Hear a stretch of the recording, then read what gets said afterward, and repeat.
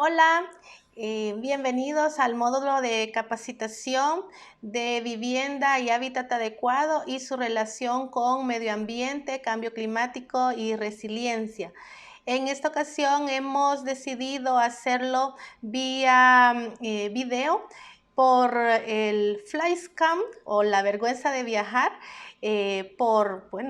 que la emisión de gases es alta cuando volamos y precisamente estamos en el tema de cambio climático y resiliencia, adaptación y bueno, tenemos que hacer algo. También viajar como Greta Thunberg era demasiado tiempo, así que bueno, decidimos hacerlo por este medio.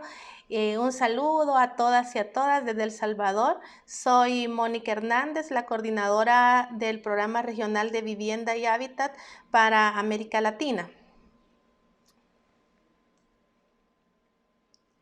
En esta ocasión el curso virtual trata dos secciones, el qué, ¿verdad? El qué está pasando desde las políticas de vivienda, desde lo que estamos haciendo en vivienda y hábitat y su relación con el medio ambiente y cambio climático, y el cómo, que es desde las diferentes intervenciones que tenemos, qué podemos hacer y cómo lo podemos hacer para disminuir los efectos del cambio climático y hacer contribuciones positivas. Aquí tenemos una serie de siglas que vamos a utilizar durante la presentación, de las cuales pues, podemos tomar nota para tenerlas en cuenta.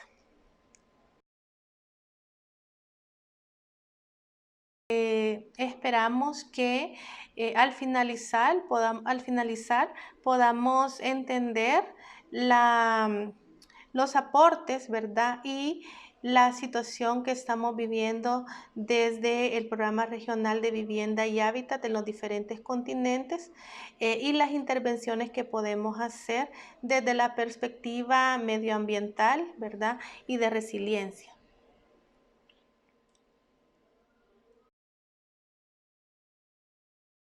En primer lugar, voy a empezar por explicar que vivienda y hábitat adecuados es un derecho humano, es un derecho constitucional que está de esa manera considerado tanto en las constituciones de cada uno de los países como también a nivel de la Declaración Universal de los Derechos Humanos, y por supuesto en cada uno de los países hay algún tipo de legislación relacionada a que las personas tienen que tener una vivienda y un hábitat adecuado. Sin embargo, en términos reales, el derecho a la vivienda y hábitat continúan siendo una utopía, dado que en términos de financiamiento, de subsidio y de acceso al suelo no está considerado dentro del presupuesto de la mayoría de los países donde trabajamos y de las regiones. Sabemos que son los gobiernos y los estados responsables para que este derecho sea tomado en cuenta y sea una realidad, ¿verdad? Y que también, eso por un lado, ¿verdad? Vivienda y hábitat son derechos humanos y son los titulares de obligaciones los responsables de que se hagan cumplir con las tres cuestiones que les acabo de decir: financiamiento, subsidio y acceso al suelo, ¿verdad? Es importante de que existan marcos legales que posibiliten esto. Por otro lado, también es importante destacar que construcción de vivienda en la forma tradicional es una de las principales causas también de contaminación y de degradación ambiental. Eso pues hay que tenerlo muy en cuenta, dado que WIEFEC trabaja en este tema, ¿verdad? Y que en muchas de las ocasiones estamos construyendo con materiales tradicionales, ¿verdad? También que los impactos negativos del cambio climático tienen repercusiones directas, especialmente en las personas más vulnerables, que son con las que trabajamos. Es decir, más de 1.000 millones de personas alrededor del mundo no tienen una vivienda adecuada, ¿verdad? Y eso se traduce en que sean los más vulnerables ante el cambio climático. Se dice también en esta misma línea que si seguimos en la misma forma en la que estamos trabajando vivienda y hábitat desde el Estado, en el 2030 van a ser 3.000 millones de personas los que no tienen una vivienda adecuada. Eso se va a traducir en aproximadamente más de un 35% de la población mundial, y en algunos países eso significa entre un 85% de la población, sobre todo en los países de más alta vulnerabilidad, ¿verdad? Como los de África del Este y América Latina y algunos países de Europa del Este y Asia. Vivienda y hábitat es un tema fundamental, ¿verdad? Y es uno de los dos temas en los que WIEFEC trabaja. Uno es desarrollo rural sostenible y el otro es vivienda y hábitat adecuado. Entonces, ¿por qué es importante? Se sabe que vivienda y hábitat es un prerequisito para obtener otros derechos humanos, tales como educación, salud, empleo. Hay un ejemplo que recientemente me comentaba una compañera de la cooperativa 13 de enero aquí en El Salvador, en la que me decía de que se llama Iris Díaz. Entonces la compañera dice de que antes de tener una vivienda adecuada, para ella era absolutamente difícil obtener un empleo. La razón para ella era porque no tenía un lugar adecuado para poder lavar su ropa y para poder ir a una entrevista. Asimismo, no contaba también con el interés de hacerlo. Una vez que ella tuvo una vivienda adecuada, tuvo acceso a agua potable, tuvo la capacidad también de tener redes dentro de su cooperativa que le posibilitara buscar un empleo, entonces ella ahora tiene un empleo en un laboratorio en una ciudad cercana donde ella vive. Eso quiere decir de que también es fundamental invertir en vivienda y hábitat y tener en cuenta también que el cambio climático ha sido y es una de las causas de migración. En muchos de los países, producto de las sequías que se están dando, se está dando una migración importante. Eso se da en América Latina y también en muchos países de África. Por otro lado, también no tener una vivienda adecuada posibilita que personas tengan la posibilidad mayor de tener enfermedades, ¿verdad? Producto de la mala higiene, como la malaria, la hepatitis, la diarrea, el dengue, que se pudieran evitar si tuviésemos y los estados invirtieran en una vivienda y un hábitat adecuado. Ahora les voy a presentar un video acerca del trabajo desde la parte técnica y cómo desde las diferentes áreas que se trabajan en la formación y en la capacitación de los grupos metas con los que WIEFEC trabaja, podemos contribuir a la disminución de esta crisis producida por el cambio climático. Frente al reconocimiento de que el cambio climático va acelerado, porque siempre ha existido cambio climático, ¿verdad? Pero el cambio climático va aceleradamente y no va precisamente en una dirección positiva, sino que va impactando negativamente nuestras vidas. Frente a eso, lo que tenemos que hacer es actualizarnos desde todas las profesiones que existan. Psicólogos, sociólogos, que se han ido actualizando en cómo abordar estos impactos negativos, cómo disminuirlos, cómo repensarlos, y también ingenieros, arquitectos, economistas, porque los componentes del hábitat son múltiples. No basta una profesión para poder realmente reconstruir el hábitat o repararlo o hacerlo nuevo. Se requiere de muchas profesiones. En el área técnica, por ejemplo, nosotros tenemos muchos años de estarnos formando en cómo considerar factores de riesgo mucho más elevados que los que la academia nos había enseñado. Hace muchos años, pues la academia mostraba una manera de diseñar, y esas maneras de diseñar con respecto a los riesgos en ríos, los riesgos por derrumbes, los riesgos por inundaciones, eso ha cambiado notablemente. Y sobre todo Fundasal está obligada a actualizarse en ese tipo de parámetros porque casi todas las familias viven en zonas de riesgo. Nuestro tema es el hábitat popular, nuestro asunto, nuestra razón de ser es el hábitat popular y precisamente son las familias que atendemos, las que habitan en las zonas que primero van a ser impactadas negativamente por los efectos del cambio climático. Ahora vamos a analizar la interrelación que hay entre vivienda, medio ambiente, cambio climático y resiliencia. Sabemos que trabajar con vivienda y hábitat adecuado es más que 4 paredes y un techo, sino que significa trabajar con comunidades inclusivas, sostenibles, seguras, donde las personas puedan desarrollarse plenamente. En ese sentido, el cambio climático afecta directamente la calidad de vida, ¿verdad?, en la que las personas se desenvuelven. Es importante trabajar la adaptación en el sentido de que los seres humanos tenemos esa... No, es importante trabajar el tema de la adaptación.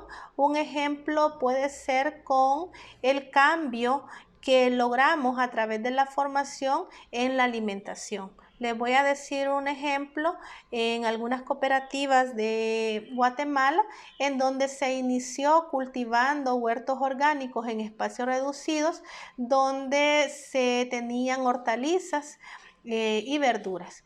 Pero las personas fueron viendo que debido al cambio climático y a la disminución de las lluvias, era mejor empezar a plantar árboles frutales y forestales. Los forestales para que ayudaran al tema de refrescar, ¿verdad?, la casa, y los frutales porque necesitaban menos riego comparada con las hortalizas. Entonces ahora la cooperativa Fe y Esperanza en Guatemala tiene árboles de aguacate, están empezando a plantar mango. Eso significa que tienen que también ir trabajando el cambio mental en una alimentación diferente, ¿verdad? Entonces ahora están empezando a comer otro tipo de alimentos, ¿verdad?, a los que no estaban acostumbrados, pero que les generan un alto nivel de proteínas, ¿verdad? Y es bueno para la salud porque lo hacen todo de manera orgánica. En la parte de la mitigación de los riesgos, ¿verdad? También dentro de las cooperativas es fundamental que se tengan en cuenta algunas actividades desde la vida cotidiana que le garanticen o que disminuyan, ¿verdad?, los efectos que desde la vivienda o desde la vida cotidiana estamos generando, ¿verdad? Uno de ellos, por ejemplo, es el reciclaje. Hay cooperativas aquí en Honduras, en el sur de Honduras, que tienen, después de un proceso formativo grande, ¿verdad?, altas capacidades de reciclaje, de transformación de la basura orgánica en material que utilizan para los huertos orgánicos que tienen. En el tema de la reducción de desastres también es fundamental desde la vivienda y el hábitat que tengamos en cuenta los estudios de impacto ambiental, ¿verdad?, que exigen los estados, pero que también a nivel de los proyectos tengamos esa visión, ¿verdad?, de no poner en riesgo a las personas. Un ejemplo es la cooperativa 13 de enero aquí en El Salvador, en donde estaba la construcción, estaba pensada a ser cerca de una quebrada donde pasa un río que usualmente se desborda. Entonces, producto del estudio ambiental, se decidió hacerlo y dejar un espacio para que tuviera disminuir el riesgo de inundaciones, ¿verdad? Entonces, en lugar de hacer más casas, se decidió hacer 34 viviendas en esa. Entonces, claro, uno puede decir, bueno, disminuyo el número de viviendas, pero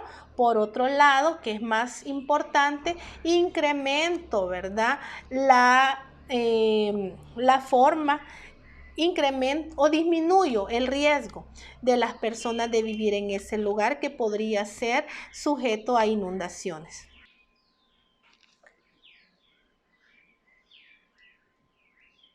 Desde el trabajo que realizamos también podemos tener diferentes alternativas innovadoras, ¿verdad? Que nos permitan trabajar de una manera sostenible y sustentable. Una es, por ejemplo, toda la parte de la posibilidad que tenemos de usar energía solar. Ya más adelante vamos a dar un ejemplo concreto de eso, pero cada vez son más baratos, ¿verdad? Y más accesibles el hecho de poder usar paneles solares sin llegar al extremo de cortar árboles para poner paneles solares, que es lo que también está pasando en algunos países, ¿verdad? Y que eso tampoco es sostenible en términos medioambientales. Cuando hablamos del uso de paneles solares, nos referimos a los que pueden ser puestos encima de los techos o de manera a pequeña escala, ¿verdad? Esos tampoco pueden venir a ser, digamos, tipo los monocultivos, a quitar plantaciones para poner paneles solares en términos de generar ingresos. La otra parte también es innovar en la alternativa de poder reutilizar las aguas, por ejemplo, de los servicios sanitarios o de los lavamanos, ¿verdad? Todas esas aguas que pueden ser reutilizadas tanto para riego, ¿verdad? O para reuso, ¿verdad? En los servicios sanitarios. Voy a volver a decir esto porque no. Terminé con lo de la energía solar, hasta ahí está bien. Okay. Entonces ahora hablando de la reutilización de aguas, podemos hacerlo desde los lavamanos o la que utilizamos para lavar los platos para hacer uso en los servicios sanitarios. Eso también hay alternativas innovadoras que se han estudiado que pueden ser factibles desde la vivienda. En la parte también de tener agua de manera comunitaria, eso ha sido una alternativa que se ha utilizado. Sabemos que el cooperativismo, uno de sus principios y valores, tiene que ver con el compromiso de la comunidad. Entonces, hay cooperativas que pueden gestionar un tanque de agua, pero que ese sirve tanto para la cooperativa, que pueden ser 30, 40, 50 familias, pero también esta cooperativa comparte el agua con la comunidad en el caso que estas comunidades cercanas no la tengan. También la parte de las cocinas ahorradoras, ¿verdad?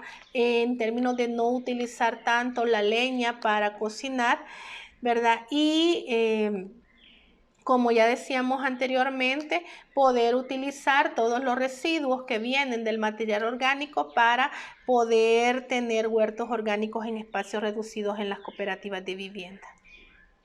Vamos a hacer la conexión entre igualdad de derechos entre hombres y mujeres y el cambio climático y la sostenibilidad. Aquí me voy a referir a dos situaciones. Por un lado, el trabajo reproductivo y las iniciativas del cuidado, y por otro lado, las iniciativas que tenemos de huertos orgánicos desde las cooperativas de vivienda. Entonces, en el trabajo reproductivo, que es todo el trabajo que se hace para la reproducción de la vida, ¿verdad? Que tiene que ver con las actividades dentro del hogar, como lavar, cuidar los niños, cuidar los ancianos, las ancianas, hacer los alimentos, ¿verdad? Ese es todo el trabajo que se hace para mantener la vida y que desde el Estado y desde la sociedad no es reconocido como un aspecto económico, ¿verdad? Sin embargo, como les decía, es lo que garantiza la vida. Entonces, en términos de las iniciativas del cuidado que WeEffect apoya, ¿verdad? Ahí son importantes tres situaciones. Por un lado, los proyectos piloto para demostrar que es importante invertir en este tipo de iniciativas. Proyectos pilotos, por ejemplo, de lavanderías comunitarias, comedores comunitarios, compras colectivas y cuidado de infantes, ¿verdad? Por otro lado, también trabajamos la parte de la formación y la transformación mental, ¿verdad? De que las iniciativas del cuidado no son exclusivas de las mujeres, ¿verdad? Hombres también van empezando a trabajar en las iniciativas del cuidado de la vida, ¿verdad? Eso le llamamos la corresponsabilidad. Se les decía, en primer lugar, tenemos las iniciativas piloto, en segundo lugar, trabajamos la corresponsabilidad y en tercer lugar, la incidencia en políticas públicas para que el Estado sea también responsable de iniciativas que contribuyan a disminuir el tiempo que tenemos o que gastamos en el cuidado de la familia y de los ancianos.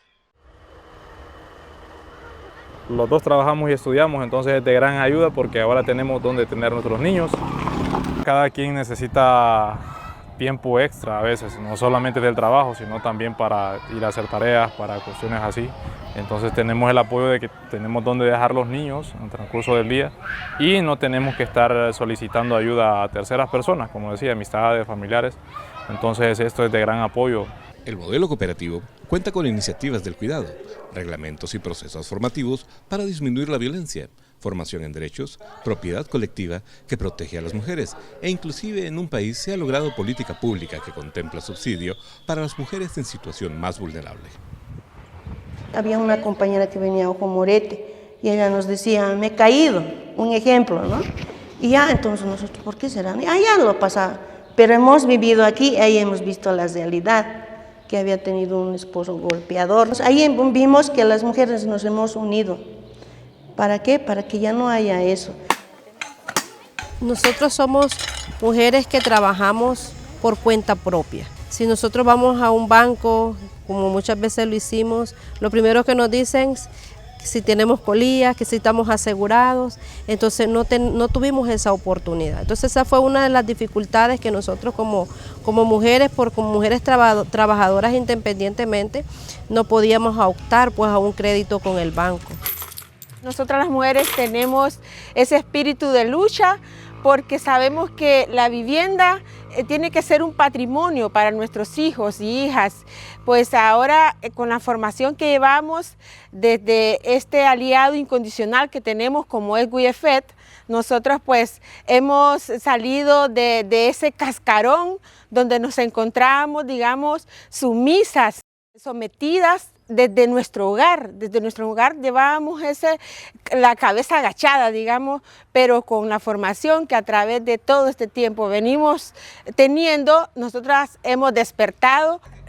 Las mujeres no solo podemos, sino que podemos más. WeEffect. Más que 4 paredes y un techo, construimos comunidades inclusivas, sostenibles y seguras. Y de la naturaleza también. Entonces, haciendo la relación con medio ambiente, cambio climático y resiliencia, el trabajo del cuidado, estamos trabajando también iniciativas de agricultura familiar dentro de las cooperativas. Entonces, por un lado, hombres empiezan a trabajar al interior de la casa, ¿verdad?, en el cuidado de la familia, pero también las mujeres empiezan a salir y a trabajar en la agricultura y en la tierra. Entonces, eso genera una sinergia muy interesante en el sentido que mujeres también tienen la capacidad de producir, ¿verdad? Eso no les genera doble jornada porque también paralelamente hombres van trabajando en las actividades del hogar, ¿verdad? Entonces también esas iniciativas que estamos apoyando de huertos orgánicos no solo son, digamos, para hacer un cambio de paradigma en el trabajo de mujeres y hombres, sino también para generar una transformación social que permita identificar que es importante cultivar, por ejemplo, sin agrotóxicos, ¿verdad? Entonces ahí vamos trabajando la formación en el sentido de que comer saludable también es parte fundamental de la vida. Entonces las mujeres y los hombres van aprendiendo a producir de manera orgánica, pero también se van juntando con otras organizaciones, ¿verdad? Con otras luchas en defensa del territorio, en defensa del agua, en la promoción del no uso de agroquímicos, en decir no a la minería, es decir, en generar un movimiento social que transforme, ¿verdad?, la forma tradicionalmente de pensar de solamente generar ingresos, sino que también pensar en que es importante y fundamental mantener la vida y cuidar el medio ambiente. Sabemos que para que podamos vivir en paz y en armonía y podamos desarrollarnos plenamente, es importante que el ser humano aprenda cada vez más a relacionarse de manera pacífica con todos los seres vivos, llámense las plantas, los animales, los microorganismos, porque, ¿verdad?, vivimos en un planeta donde todos deberíamos de ser responsables del cuidado del medio ambiente y donde todos también interactuamos y vivimos. El cambio climático afecta de manera diferenciada a hombres y mujeres. Podemos ver, por ejemplo, en esta diapositiva cómo las inundaciones, la escasez de agua y la deforestación, hombres y mujeres tienen una perspectiva diferente y lo sufren de manera diferenciada. Un ejemplo que hemos conocido es que hay organizaciones en donde la lucha por los derechos laborales es más importante que la lucha por el agua. Entonces se dio el caso de un sindicato en donde los hombres estaban teniendo problemas en su trabajo, ¿verdad? Estaban pasando situaciones de estrés laboral y hasta de accidentes laborales que les llevó a tener una lucha fuerte para restituir sus derechos. Sin embargo, las compañeras de esta organización, que era una organización sindical, decía de que para ellas era fundamental que también se incluyera la lucha por el agua, porque no tenían agua en su comunidad. Entonces los compañeros les decían que no, que eso no era necesario, porque su lucha por la vida, ¿verdad?, y por su trabajo era más importante. A la hora de tener que hacer una manifestación, hombres los apresaron, ¿verdad?, y no podían continuar. Entonces las mujeres decidieron también salir a la calle y manifestarse, ¿verdad? Cuando llevaron presas a las mujeres, a los compañeros los sacaron y ellos tuvieron que hacerse cargo de todas las actividades de la casa.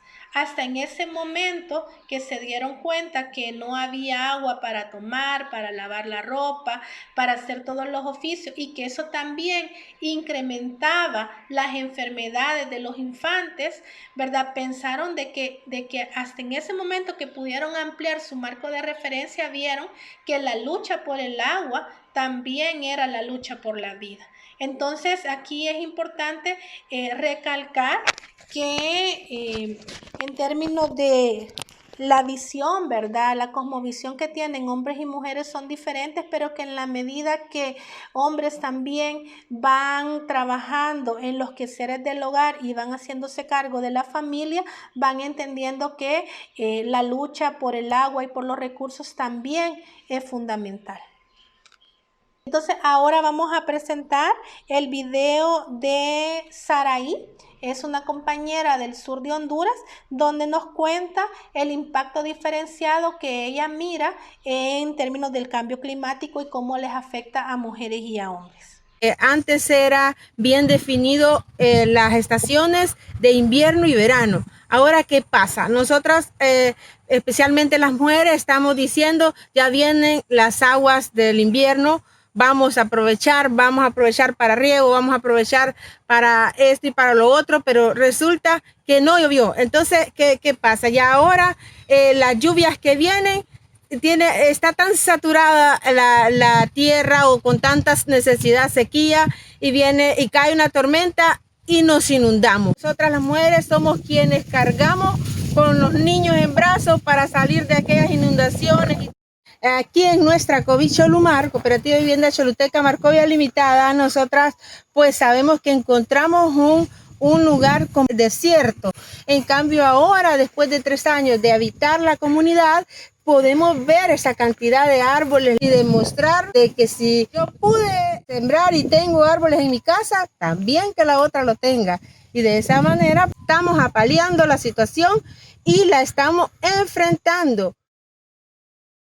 Entonces aquí podemos ver después de haber visto el video, la diferencia, ¿verdad?, que mujeres perciben con relación al cambio climático y a la situación que están viviendo de falta de agua, ¿verdad?, y de las inundaciones. Y esto pues es una situación que en general se repite en varios de los países en los que WeEffect está trabajando en términos de vivienda y hábitat.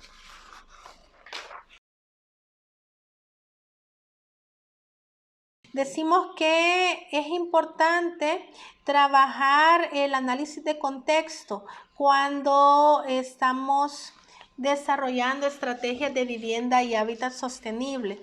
No es lo mismo trabajar, por ejemplo, en el área rural que en el área urbana. Es importante también tener en cuenta que en la promoción de la vivienda como derecho humano siempre tenemos que analizar que tiene que ser accesible, ¿verdad? Tiene que tener rutas de conexión, tiene que ser segura, un lugar donde la gente pueda desenvolverse, tiene que tener todos los servicios de salud, de educación, ¿verdad?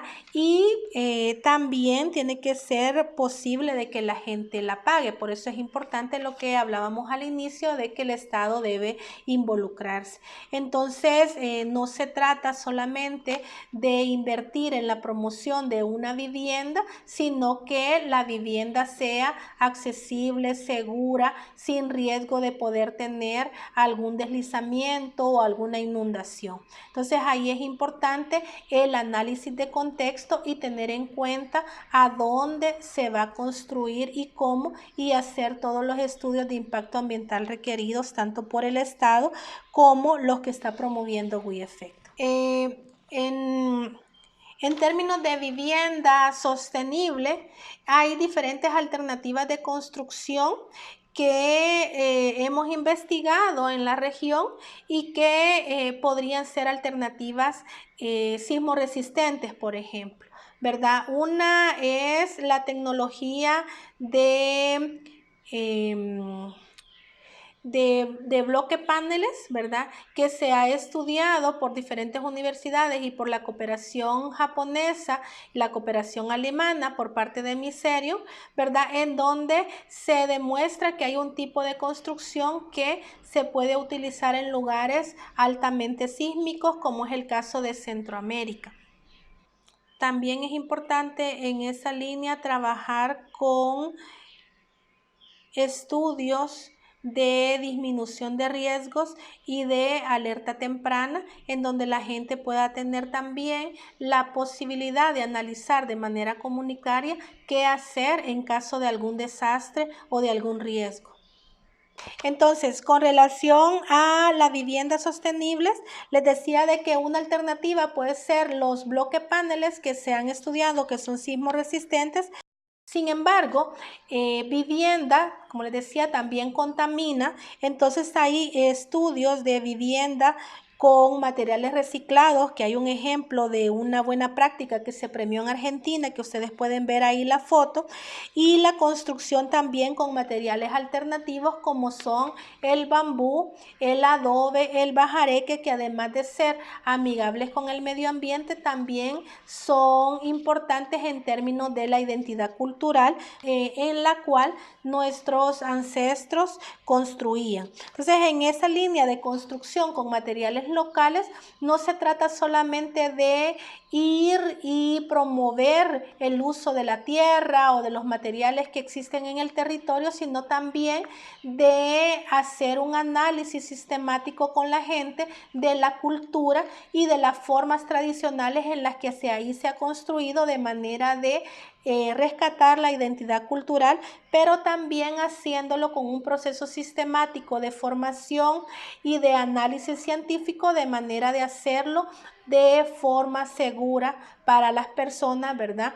En El Salvador ha habido un ejemplo importante en donde a través de la cooperación japonesa y WeEffect se han estudiado alternativas de construcción que además son seguras en términos de que no incrementan la posibilidad del mal de Chagas o de ninguna enfermedad y que tampoco se caen en caso de terremotos o inundaciones. Ahora vamos a hablar de los huertos orgánicos en espacios reducidos. Aquí vamos a ver un video de YouTube en donde explica una experiencia exitosa que hemos tenido de la inversión en huertos urbanos en espacios reducidos y su relación con la transformación en términos de el consumo de alimentos, pero también de la incidencia política.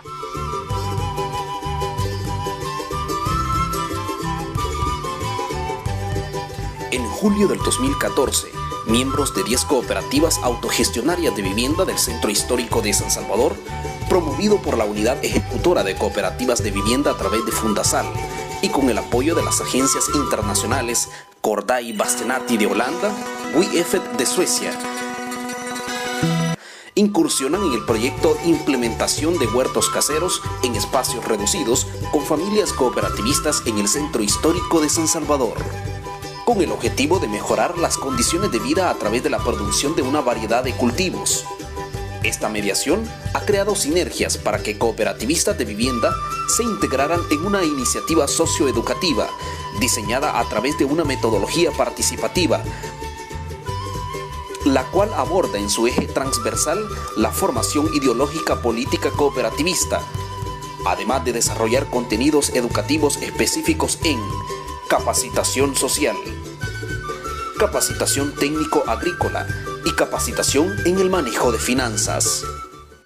Todo el proceso inicia en el mes de junio del año 2014 y tiene en este proyecto, digamos, tenemos una duración de un año para terminar en junio del 2015. Sin embargo, digamos, empezamos con la producción, con la construcción de las camas de siembra o canteros, usando madera y usando materiales reciclables como son las llantas de vehículos ya desgastadas, a las cuales solo se les da vuelta y se usa como macetas.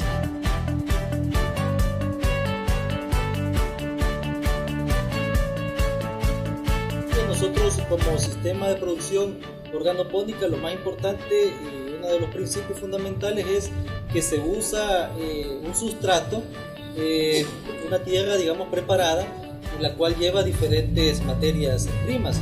Una de ellas es tierra negra, la otra es hojarasca, se usa abono o fertilizantes fermentados como el abono orgánico bocachi, el abono de lombriz o lupriabono. También se usa en este caso hojarasca en suficiente cantidad y un material que es piedra pómez o que es espuma volcánica, lo cual le llamamos cascajo.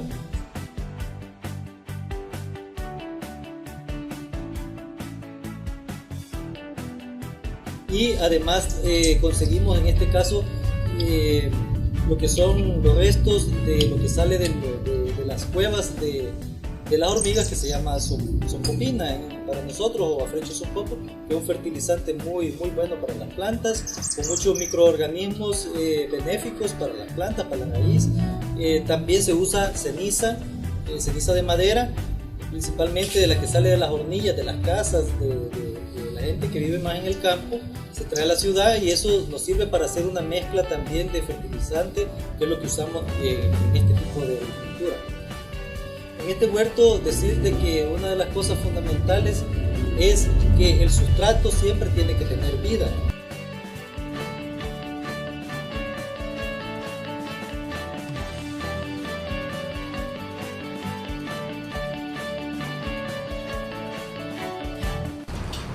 En su inicio era necesario establecer conciencia en cada uno de nosotros. ¿De qué forma? ir viendo, ¿verdad? Venir viendo cómo es que estamos consumiendo los productos tradicionales, cómo es que se han venido cultivando, ¿verdad? Con productos agrotóxicos, ¿verdad? Como son los insecticidas, los pesticidas, los herbicidas, que esto pues a la larga lo que hacen es enfermar tanto al que lo cultiva como al que lo consume, incluso pues a la tierra misma, ¿verdad? Cada vez más la va degradando. Además de esto, puedes decir que resulta costoso, ¿verdad? Adquirir todo este producto. Al final, pues, esto termina de degradarnos ya nuestra economía.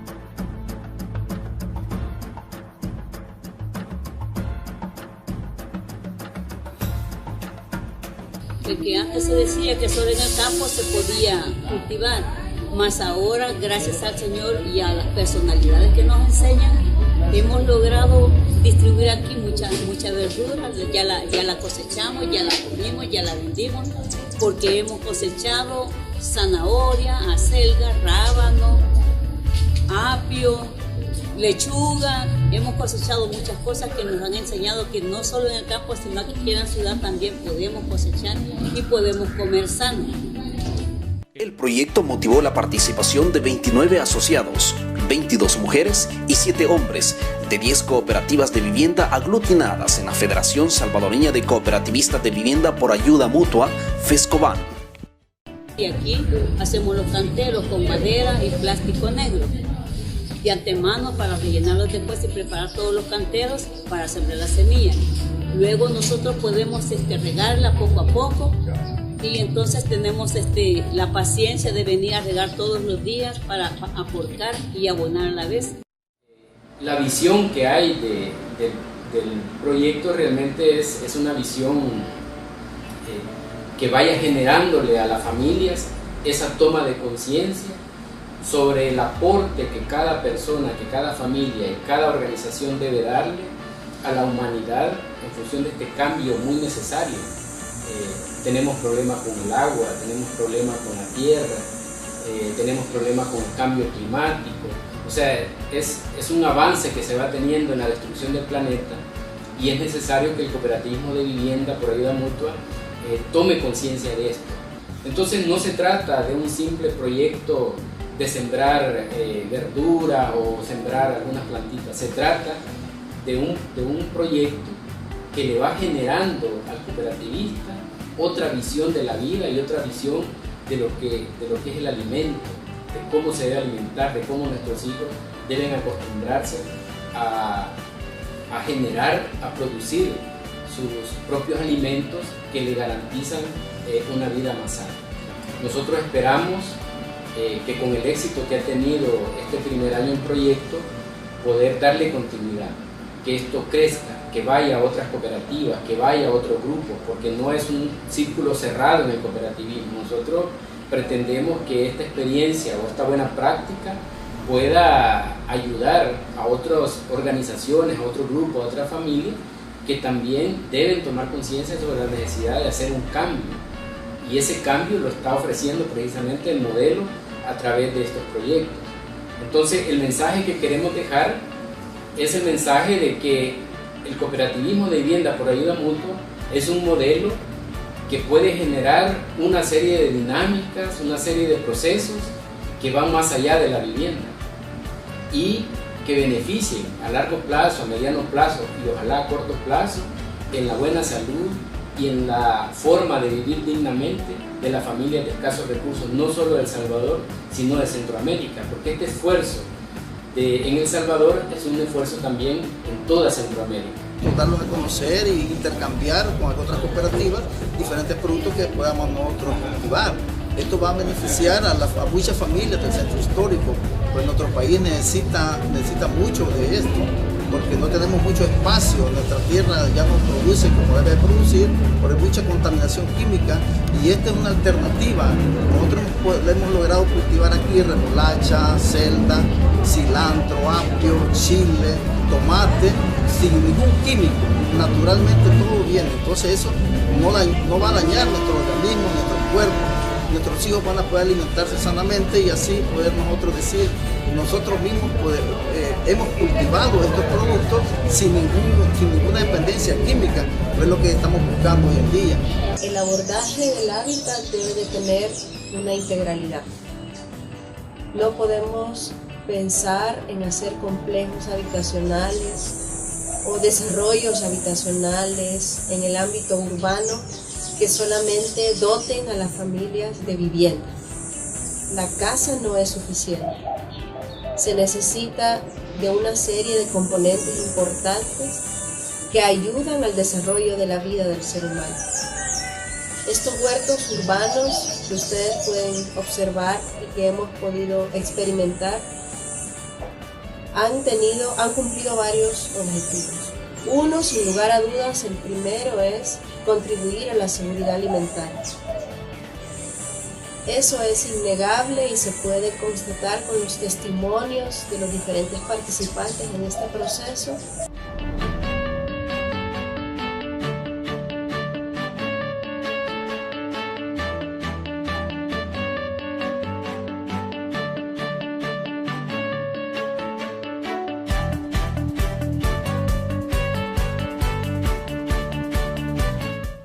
Se logra la seguridad alimentaria, se logra el buen manejo administrativo de unos recursos que fortalece las capacidades de las cooperativas y que en un futuro le va a ayudar a manejar recursos más grandes.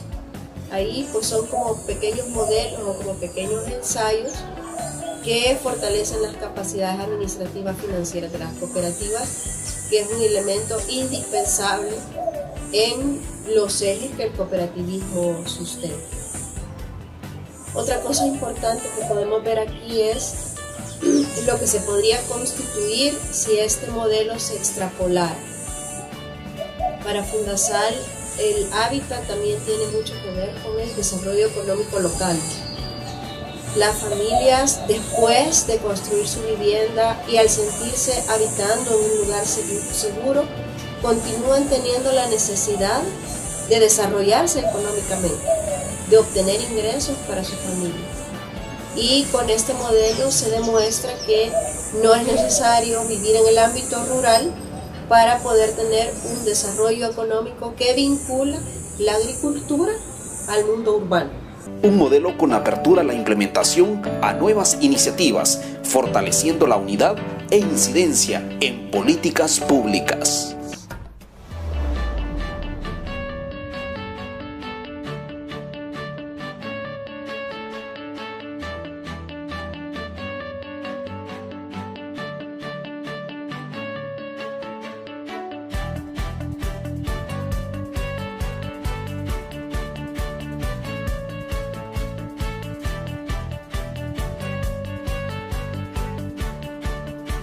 Estamos esperando la cosecha para comer sano y saludable como nuestra mamá nos ha enseñado. Ya estamos aburridos de tanto químico. Porque nos pueden llegar enfermedades.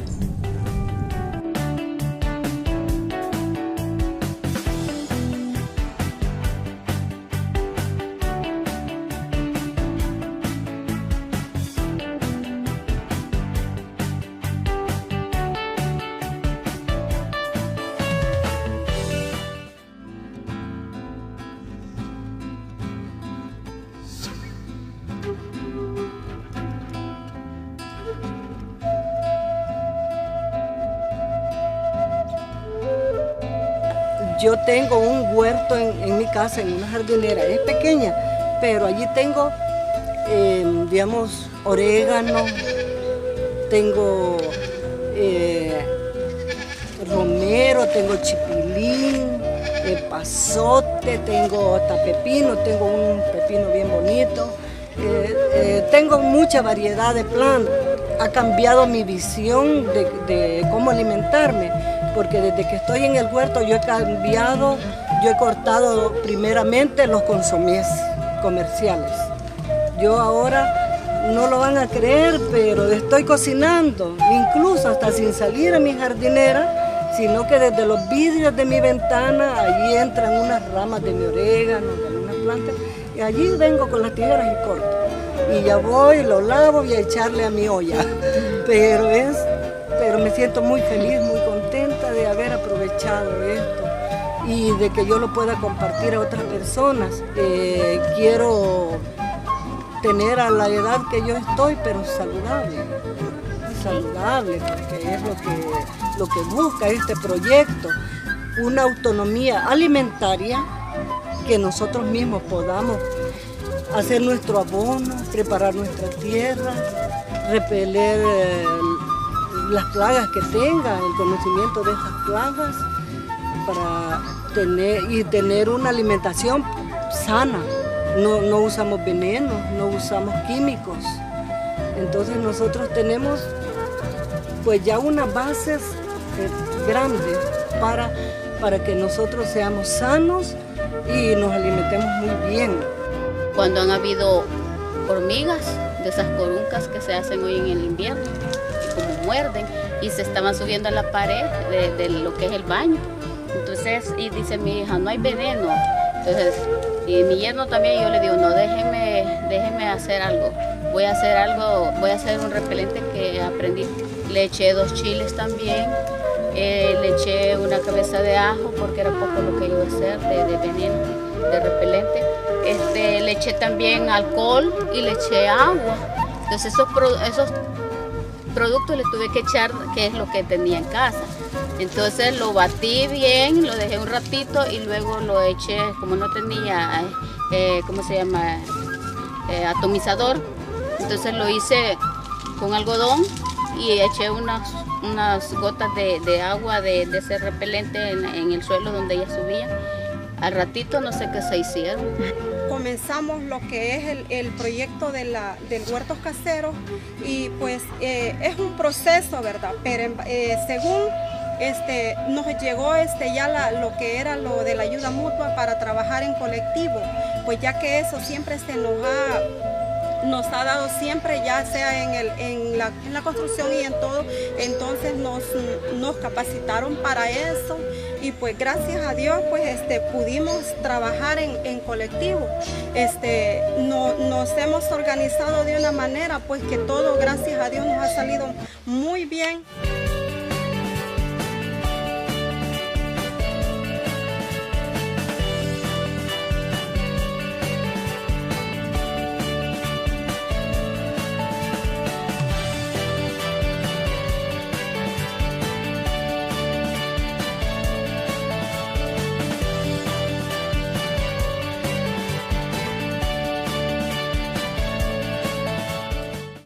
Aquí podemos ver un video de construcción con materiales locales en el sur de Honduras, donde además de construir, la gente también rescata la identidad cultural de los bailes y las tradiciones. Y eso les sirve también como una inspiración para interactuar entre la comunidad y tocar algunos temas que pueden generar transformaciones, como por ejemplo el hecho de que cuando hay conflictos después de la construcción, del baile, del canto, ¿verdad? Se reúnen a comer también alimentos que ellos han preparado y que pueden generar una comunicación o una interrelación que les permita resolver los conflictos que puedan tener. La tierra es vida, la tierra es una mujer y porque es una mujer pertenecemos a ella. ¿Y qué vamos a hacer? Cuidar de esa tierra, porque nos habla, nos llama que la cuidemos, que la protejamos. Y eso estamos haciendo, promoviendo, rescatar todo lo que se ha perdido. Tenemos algo armónico con la tierra, con el agua. Las casas son de tierra, puede ser adobe o puede ser tierra tradicional. Entonces, a través de ello tenemos mucho contacto, manipulamos la tierra, nos sentimos parte de ella. Entonces, por lo tanto, esas casas son ventiladas, o sea, no ocupamos ni abanico. Entonces, ese es el modelo que queremos revertir y enseñar al modelo neoliberal de que las casas las vamos a hacer 100% con adobe. Ahora les voy a mostrar un proyecto piloto en El Salvador que estamos promoviendo, que se llama Proyecto Ecoturístico Cuna de la Paz en La Palma, Chalatenango, que tiene características como por ejemplo, las viviendas van a ser construidas con materiales locales, en este caso con adobe. Tiene una iniciativa de turismo ecológico, en donde van a tener habilitadas algunas habitaciones para rentarlas. Van a tener también una parte de cuidado del bosque y reforestación, ¿verdad? Y eso junto con el turismo ecológico. Todas las casas y el salón comunal van a tener la posibilidad de captación de agua para poderla utilizar, ¿verdad? Entonces ellos, digamos, van a mantenerse con el agua de la lluvia, porque es una zona donde llueve mucho, y van a tener paneles solares para la energía eléctrica y por otro lado huertos orgánicos en la iniciativa de su proyecto. Son 66 unidades habitacionales que se van a hacer en ese lugar, y la ilusión que tenemos es que esto se convierta en una inspiración para otros países de que vivienda ecológica es factible y que puede ser posible de manera sustentable. WeEffect promueve el uso de métodos sostenibles que protejan a las personas y el medio ambiente. Entonces vimos que desarrollar un proyecto en adobe era muy saludable para conservar siempre el medio ambiente, ¿verdad? Y era un tipo de construcción que nosotros mismos lo vamos a desarrollar. Y ya empezamos, pues ya hicimos la casa comunal, hicimos los adobes, preparamos la tierra, ¿verdad? Aprendimos a hacer las diferentes mezclas. Hay numerosa cantidad de recursos naturales que pueden servir para la edificación de una vivienda y otro tipo de componentes del hábitat, pero también tiene que ver con abaratar costos y multiplicar el impacto. En estos talleres que hacemos, cómo demostrar a otros vecinos que lo pueden ir a hacer. Entonces los resultados pueden ser 20 viviendas en el área rural, pero detrás de esas 20 viviendas ha existido el aprendizaje del triple, de 60 familias. Este tipo de organización está logrando lo que otros tal vez no han logrado, que es tener una vivienda digna, tener un lugar donde mi familia se desarrolla. Y lo más importante, llegar hasta ahorita a lo que se llama la seguridad alimentaria, a través de proyectos organopónicos, a través de orgánicos y buscando alternativas saludables para nuestra familia y todos los que están dentro de las organizaciones. Quisiera terminar esta presentación diciendo que trabajar en vivienda y hábitat desde una perspectiva sostenible y considerando el cambio climático y la resiliencia no solo contribuye a comunidades y ciudades sostenibles, como indica el Objetivo de Desarrollo número 11, sino que también hace una contribución importante al Objetivo de Desarrollo Sostenible número 1 relacionado a la disminución de la pobreza. Hace también relación al Objetivo de Desarrollo número 3 en cuanto a la salud y bienestar, ¿verdad? En donde si hay agua adecuada, si tenemos agua limpia y accesible, la gente puede tener una salud, puede tener mejor salud. En cuanto a la igualdad de género, también si trabajamos con el cambio en los paradigmas, en la parte de lo que está, en que hombres también vayan trabajando el trabajo reproductivo y mujeres también vayan saliendo a trabajar en la agricultura. También por otro lado, la producción y consumo responsable, que es el Objetivo de Desarrollo número 12, en donde también desde los huertos orgánicos en espacios reducidos y desde la formación podemos ir trabajando esos aspectos que nos permitan tener una vivienda y un hábitat adecuado y donde las personas puedan también interactuar de manera más sostenible.